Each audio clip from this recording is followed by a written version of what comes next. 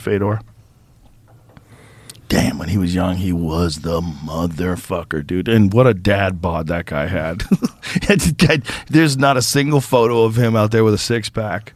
And he's widely regarded as the greatest heavyweight of all time.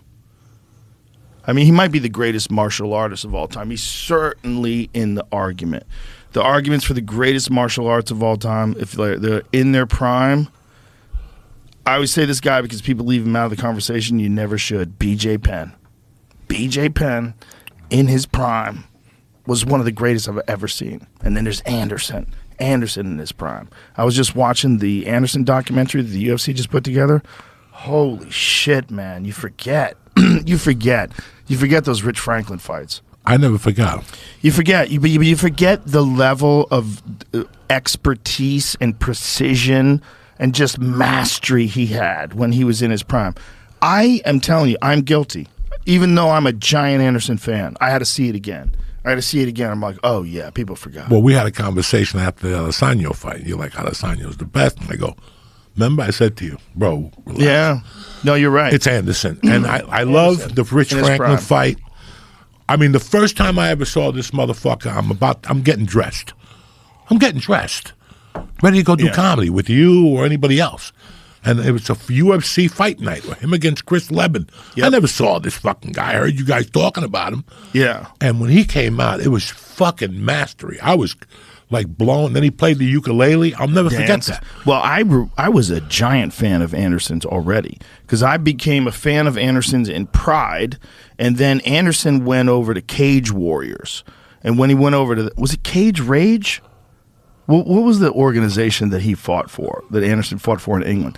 But in England, he became Anderson Silva. You know, there's like Charles Oliveira. Charles Oliveira was a really good fighter, and then his daughter was born, and then he became Charles Oliveira, the assassin that everybody knows. But he lost a bunch of times in the UFC. He would fall apart.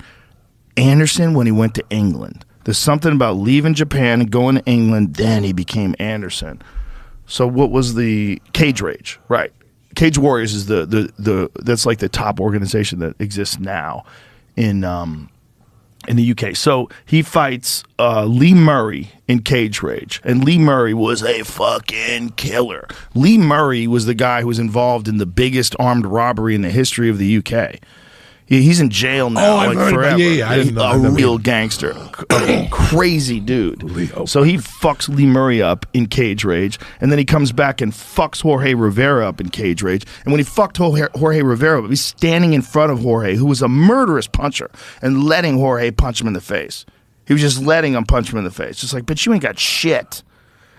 And then beat his ass. Then he goes over and fights Tony Fricklin in Cage Rage and hits him with that crazy upward elbow. Did you ever see that? Yeah. So he fought Curtis Stout, fucked him up, fucked Tony Fricklin up, and then by the time he was coming to the UFC, I was like, dude, get ready for this guy. And I was looking at the line, like the betting line. The betting lines back then were stealing. Sure. Nobody knew nothing. Nobody knew nothing. A guy would sneak over, a guy like Glover Teixeira or someone would come over from Brazil, and you'd be like, no one even knows yet. You don't even know how good this guy is. Like in the line would be like in favor of the other guy, like, oh my God, this is hilarious. I think Chris Leben might have been a slight favorite over Anderson. I don't even know what the betting line was.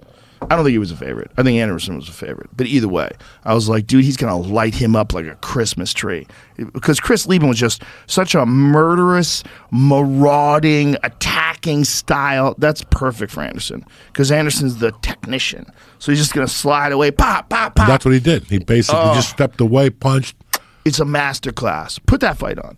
Put Anderson Silva versus Chris Leben. The fucking fight you took me to with Rich Franklin in Columbus. Oh, yeah. When the Arnold thing was going on and we were in Columbus. Yeah. That last array, when he boom, then he hits him low with a leg kick, and then he punches him again, another leg kick. It's fucking beautiful. I was like, what the fuck? That's how you mix it the fuck up. And he did it like he was just playing. He did it like he was hitting a heavy bag, just fucking around. What about the night we did the hit of acid, and that's the night he decides to kick that dude in the face? Yeah, this is the one. Yeah. So this is Anderson's debut. And by the way, Chris Leben, one of the most murderous punchers. Knocked out Vanderlei Silva, knocked out a shit ton of dudes. When Chris Leben would connect on guys, they would go night-night. And he fought like a fucking Wolverine, man.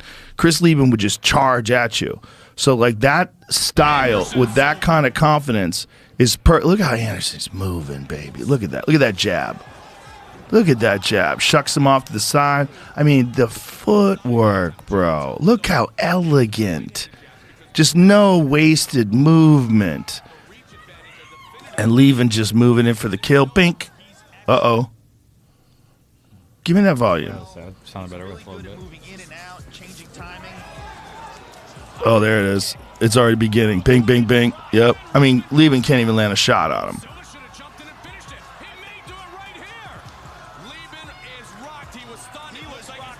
And Leben got back up. Oh, Leben's so tough, dude. Tough as nails. And there's the knee.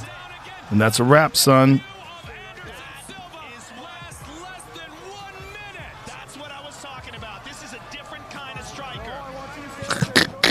Anderson Silva. That was the big debut. That was like 2004? Six. I was fucking hypnotized by that. Hypnotized. He was the man. Hypnotized. I was like, what the fuck? He was the man. Because listen, bro, I watched the UFC with you. There's a bunch of chubby guys that look like me. I don't want no part of that stuff. You took me to Florida one time to see Miami when there was like maybe 15 people in the audience. Shaq was there. Do you remember that? It was a long time ago, yeah. That was the early days. That was 2004. That was 2004.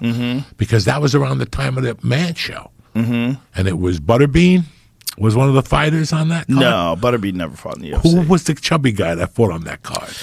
There was somebody who was on that card. That was like Trey Telligman. No, Scott Ferozzo was really big. Trey Telligman was the guy who was missing. But Shaq was there. It was the two guys that Vitor fought in his debut. But that was earlier than that. That was 97. That was Shaq was there. I remember he was already in Miami, and I was like, I'm like, man, they don't know about the UFC down here. Yeah, Shaq trained martial arts a long time ago. He started training a long time ago. Bro, I didn't know he was from Newark, and I didn't know all the good things he did for Newark. That's a bad motherfucker. He's a good man. I've gotten a whole new level of respect for what I heard he's done in Newark. Oh, yeah? One of my friends in Newark, couple of them, and they were telling me, bro, it never ends. Oh, that's great. Yeah, he gave a lot back to his fucking community. He's very smart. I mean, he's got a shit ton of businesses. He owns a bunch of businesses. He's always got something going on, you know?